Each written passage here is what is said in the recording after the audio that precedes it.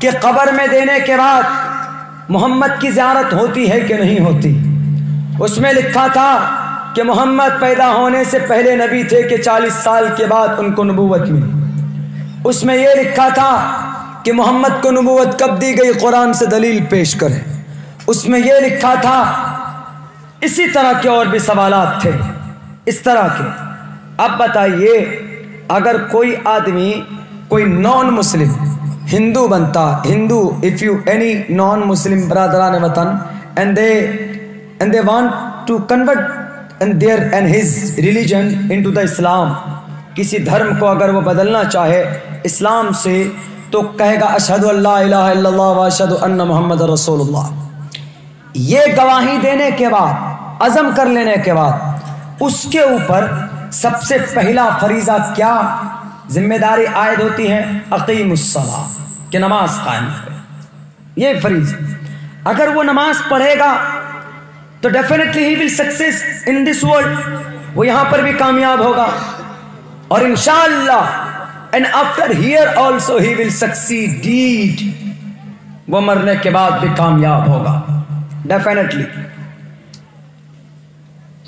اس کے بعد دوسرے نمبر پر کیا کام آتا ہے کہ وہ جھوٹ نہ بولے، زنا نہ کرے، شراب نہ پیے، شرک نہ کرے، یہ ساری چیزیں آتی ہیں۔ دولت دی ہے تو حج کرے، زکوٰۃ دے، آخرت پر مہاپرلے پر وشواس رکھے۔ مہاپرلے قیامت کو بولتے، ہندو دھرم کے اندر بھی مہاپرلے ہے، مہاپرلے وہیں قیامت کو بولتے۔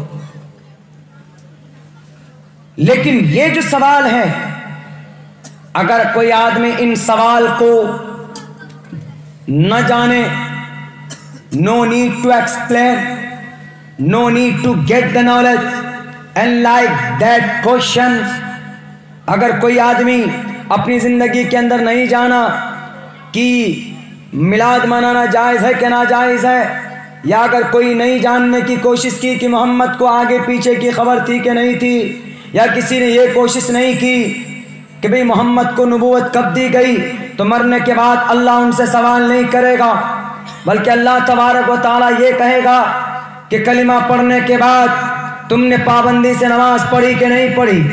اللہ اگر اس نے نماز پڑھی ہوگی تو جنت میں جاؤ، نہیں پڑھی ہوگی تو جہنم میں جاؤ۔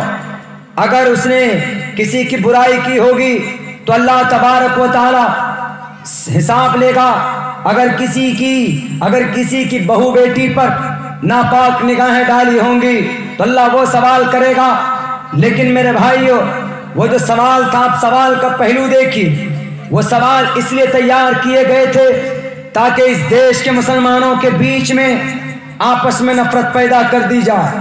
یہ مسجد والا سوال کرے گا اس مسجد والے سے، وہ مسجد والا الٹا سیدھا جواب دے گا اس کو، بیچ میں لڑائی ہو جائیں گی، دنگے ہو جائیں گے، دونوں مسجدیں والے الگ الگ ہو جائیں گے۔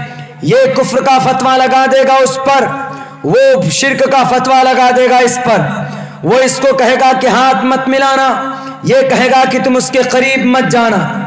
دونوں ہیں مسلمان، لیکن ایک دوسرے کے بظاہر کیا بن گئے؟ دشمن بن گئے، باغی بن گئے۔ ہمارے نبی کا فرمان ہے المسلم کجسد واحد، کہ مسلمان ایک جسم کے مانند ہے۔ مطلب کیا ہے؟ جس طریقے سے جسم کے کسی حصے میں چوٹ لگتی ہے تو پورا بدن بے چین ہو جاتا ہے، پریشانی کے اندر مبتلا ہو جاتا ہے۔ اگر کسی ایک مسلمان کو تکلیف ہو، اگر کوئی ایک مسلمان بیمار پڑے تو فوراً دوسرے مسلمان کو تڑپ ہونی چاہیے۔ اگر ایک محلے والے کو کوئی دقت ہو، اگر ان کے اوپر ناجائز طور پر کیس ہو جائے، ناجائز طور پر اس کے اوپر مقدمہ چل جائے، تو دوسرے محلے والے کو اس کا سپورٹ کرنا چاہیے اور اس کی ہمت اور اس کی مدد کرنی چاہیے۔ لیکن نہیں، یہاں پر ایک مسلمان دوسرے مسلمان کا خون کا پیاسا ہو گیا۔ ملک ہندوستان کے اندر یہی کوشش اور یہی سازشیں رچی گئی تھی ایک زمانے کے اندر۔ بریلوی اور لکھنؤ اور دیوبند اور مختلف جگہوں کے اوپر بیٹھ کر کچھ لوگوں نے اس قوم کو بانٹ دیا کہ تم یہ مسلم ہو، تم فلاں مسلم ہو، تم دیوبندی ہو، تم بریلوی ہو، تم اہل حدیث ہو، بانٹ دیا لوگوں کو، الگ الگ مکتب فکر میں بانٹ دیا ہے، ایک ایک 1.5 انچ کی مسجد بنوا دی اور یہ کہہ دیا کہ تمہاری مسجد میں وہ نہ جائے اور اس کی مسجد میں تم مت چلے جانا۔ اگر تم نے سلام کا جواب دے دیا تو تمہارے نکاح ٹوٹ جائیں گے، نکاح فاسق ہو جائیں گے، اور تمہارے بیچ میں نفرت پیدا کرنے کی میرے بھائیوں ایک سازش چلی۔ اس ملک ہندوستان کے اندر 25 سے 30 کروڑ آبادی کن کی ہے؟ کلمہ پڑھنے والوں کی، لیکن آپ دیکھ لیجئے پچھلے سال 65 نوجوانوں کو گائے کے نام پر مارا گیا۔ ہم نے کیا اکھاڑ لیا کسی کا؟ ہماری مسجد بابری مسجد کن کی مسجد تھی؟ دیوبندی کی؟ کن کی مسجد تھی؟ بریلوی کی؟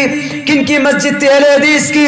نہیں، اس کو بابر مسجد، بابر بادشاہ کے زمانے میں اس کو شہید، اس کو تیار کیا گیا تھا، لیکن وہ مسجد چلے گئی مشرکوں کے ہاتھ میں، چلے گیا کافروں کے ہاتھ میں، وہ مسجد توڑی جا رہی ہے، اس کو شہید کرنے کی کوشش کی جا رہی، لیکن ہم کیس نہیں جیت پائے۔ کیوں؟ مسجد کے دعوے دار 3 لوگ ہو گئے، وقف سنی بورڈ کے لوگ الگ ہو گئے، پرسنل لا الگ ہو گئے، اور شیعہ وقف بورڈ الگ الگ ہو گئے۔ اگر تینوں مل کر ہندوستان کے تمام مسلمانوں کی کمیونٹی مل کر اگر ایک ساتھ اگر اس کیس کو بہت پہلے سے فالو کرتے، اگر جنتر منتر پر بیٹھ کر ہم پروٹیسٹ کرتے تو ہماری مسجد کو کوئی مائے کا لال چھین نہیں سکتا تھا، لیکن مسجدیں چھینی گئی۔ کشمیر کی وادی کے اندر 7 سال کی معصوم بیٹی آصفہ کی عزت کو لوٹا گیا تھا۔ بتاؤ اس بچی کا تعلق کون سے مکتب فکر سے تھا؟ قوم کو بانٹنے والے غداروں، قوم کو لٹانے والے، قوم کی یکتا کو توڑنے والے، من گھڑت مصنوعی کرسی پر بیٹھنے والے پیر اور ملا اور شیخوں، بتاؤ جواب دو۔ میرے نبی نے تو کہا تھا کہ مسلمان ایک جسم کے مانند ہے، مسلمان ایک پلیٹ فارم پر، مسلمان اللہ کی ایک مخلوق ہے۔ ہمارا جب اللہ ایک ہے، ہم 24 گھنٹے میں 5 وقت کی نماز ہم پڑھتے ہیں، ہمارا قرآن ایک ہے، تو ہم الگ الگ مکتب فکر بنا کر الگ الگ ہم کیوں بٹ گئے؟ میرے بھائیوں، اگر ہم یہ چاہتے ہیں کہ نہیں ہم الگ رہیں گے، ہم الگ رہ کر کامیاب ہو جائیں گے، تو یہ آپ کی غلط سوچ ہے۔ CAA بنایا جا چکا ہے، NPR NRC تیار کیا جا چکا ہے، آپ کے لیے قبر کھودنے کے لیے آپ کو اس قبر کے اندر ڈال کر مٹی ڈالی جائے گی، آپ کو دن دہاڑے آپ کی ہتیا کی جائے گی، آپ کو ڈیٹینشن سینٹر کے اندر ڈالا جائے گا۔ ہم نے کیا کیا؟ کچھ کیا ہم نے؟